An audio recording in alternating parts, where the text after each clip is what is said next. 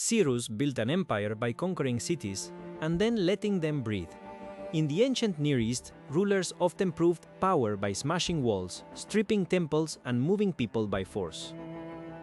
Cyrus used war too, but his deeper innovation was different. He turned defeated peoples into working parts of one imperial system. That contrast is the center of his story and the reason his empire lasted beyond one lifetime. Before Cyrus, Persia was not the empire people imagine. It was a rugged homeland in southwestern Iran, surrounded by older, richer powers.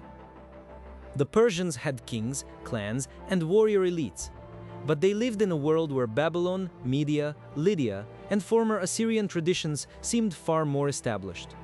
The road from tribal kingship to world empire began in this difficult landscape, not in luxury.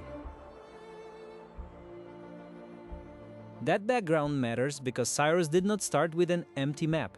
He inherited a region full of roads, cities, scribes, temples, tribute habits, and royal memories.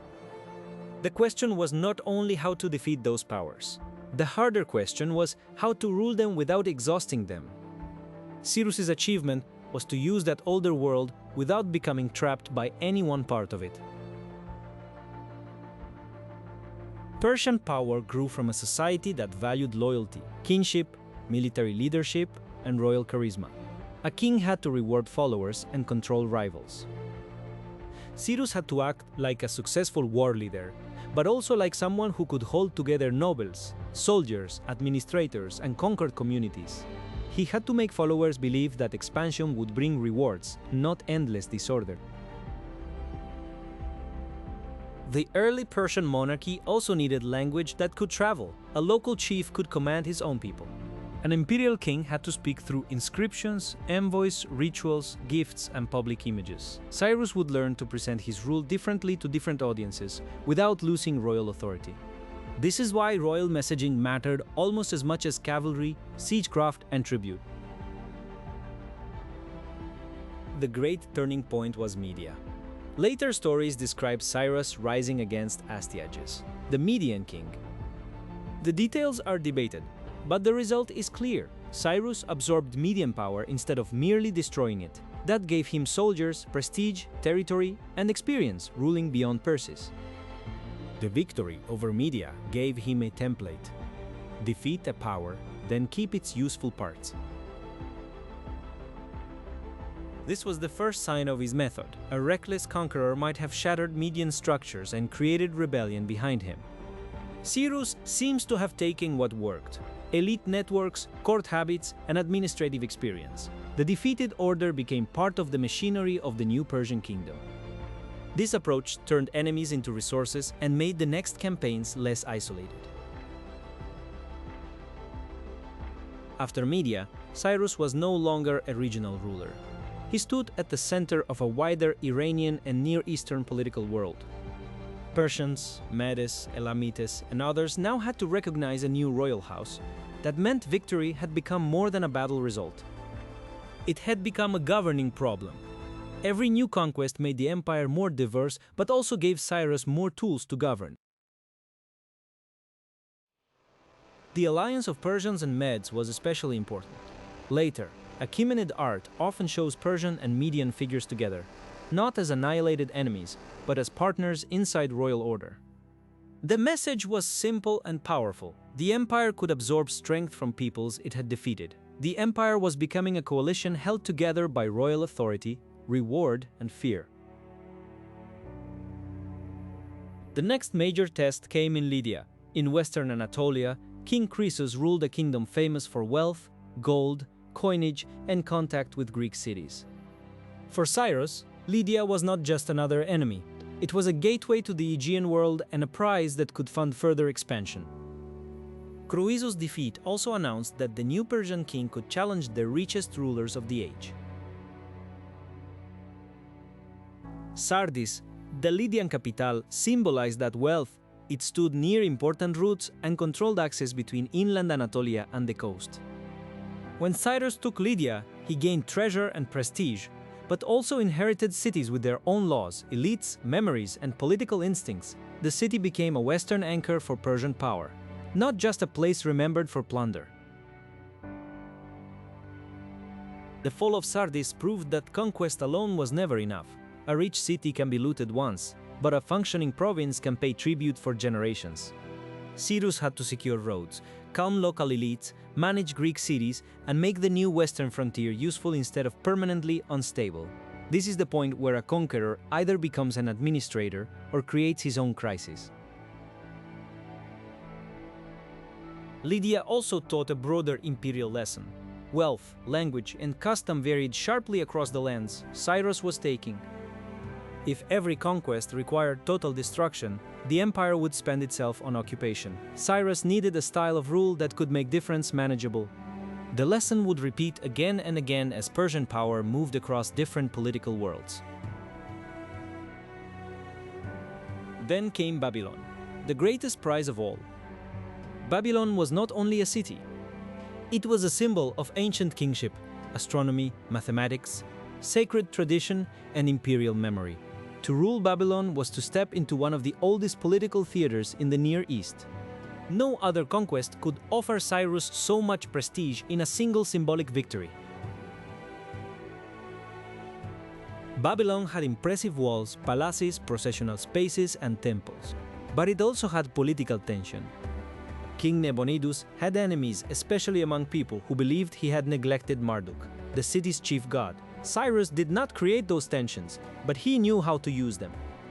That made Babylon vulnerable to a ruler who could present himself as the solution. Babylonian religion was not decoration. It was government, legitimacy, calendar, economy, and public identity.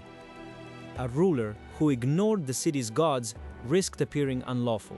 A ruler who honored them could present himself not as a foreign breaker, but as the restorer of proper order. By honoring local religion, Cyrus could make submission look less like humiliation. In 539 BC, Babylon fell to Cyrus.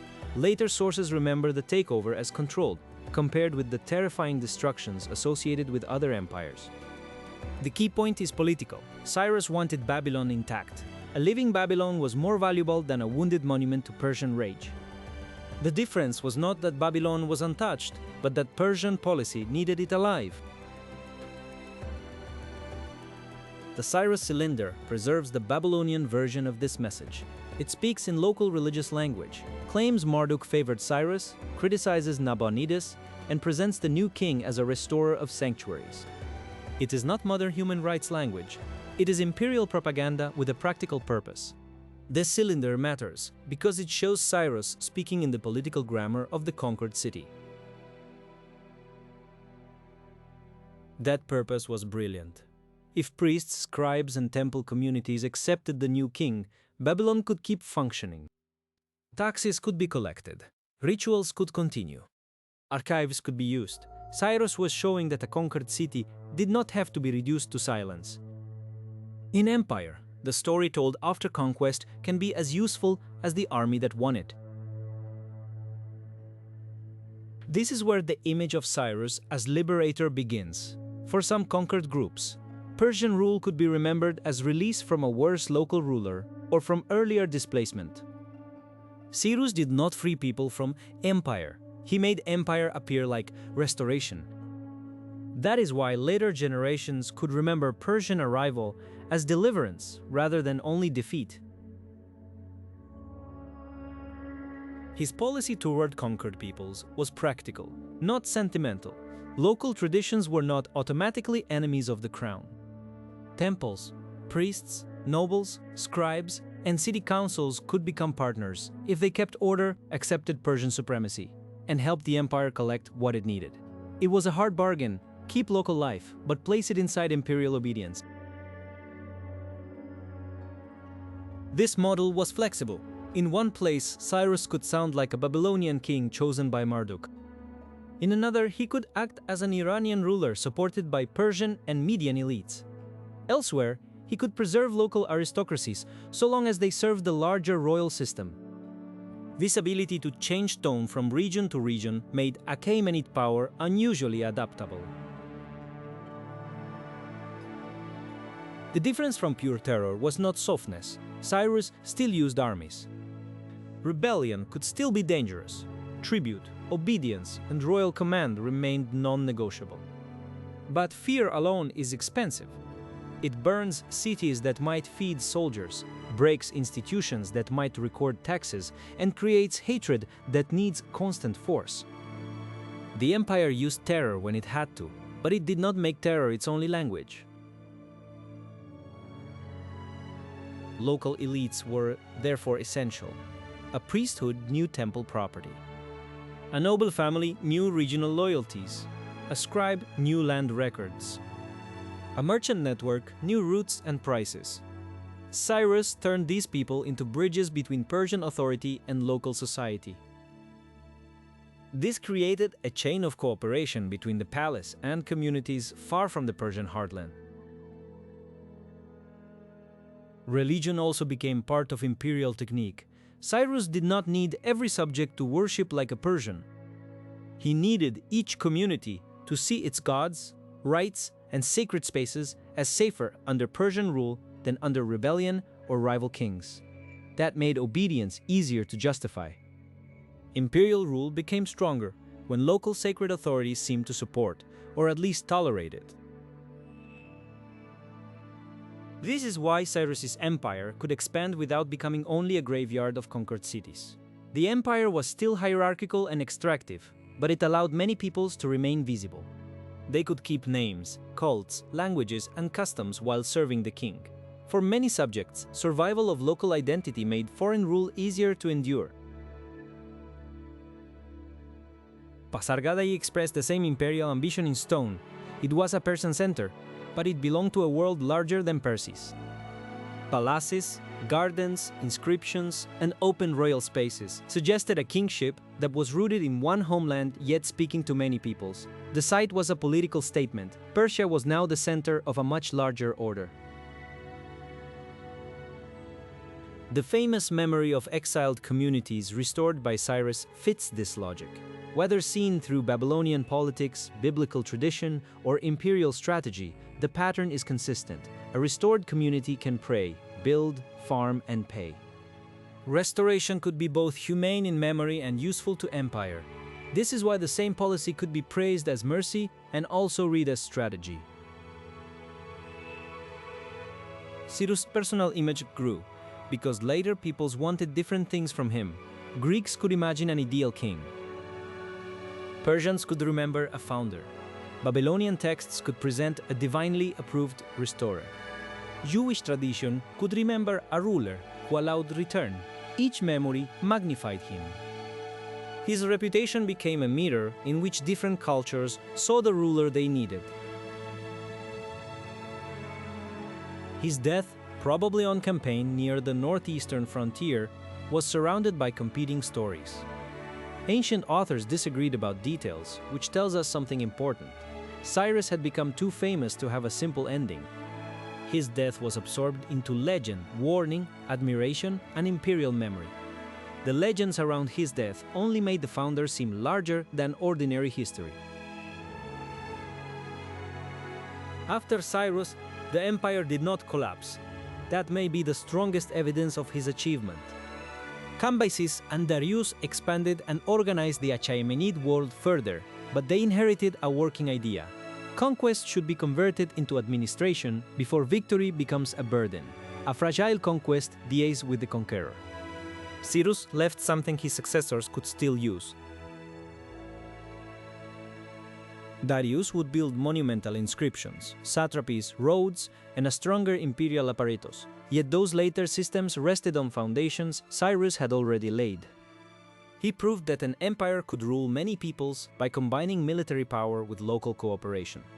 The later empire was more bureaucratic, but the basic political imagination began with Cyrus. At Persepolis, later Achaemenid kings carved the empire as a procession of peoples. Delegations bring animals, vessels, textiles, and gifts. The image is not of one culture erased by another. It is a staged world of many identities moving toward one royal center. The art turned imperial diversity into a ritual of loyalty performed before the king. That image was idealized, but it captured the empire's political imagination. The great king stood above all, yet the peoples below him were not invisible. Difference itself became a display of power. The empire was great because many lands could be shown inside it. It was domination, but it was domination that understood the value of presentation. Cyrus matters because he changed the meaning of conquest. He took cities, defeated kings, and demanded obedience. But his greater achievement was learning how not to suffocate what he had won. He turned conquest into incorporation, restoration into policy, and diversity into imperial strength.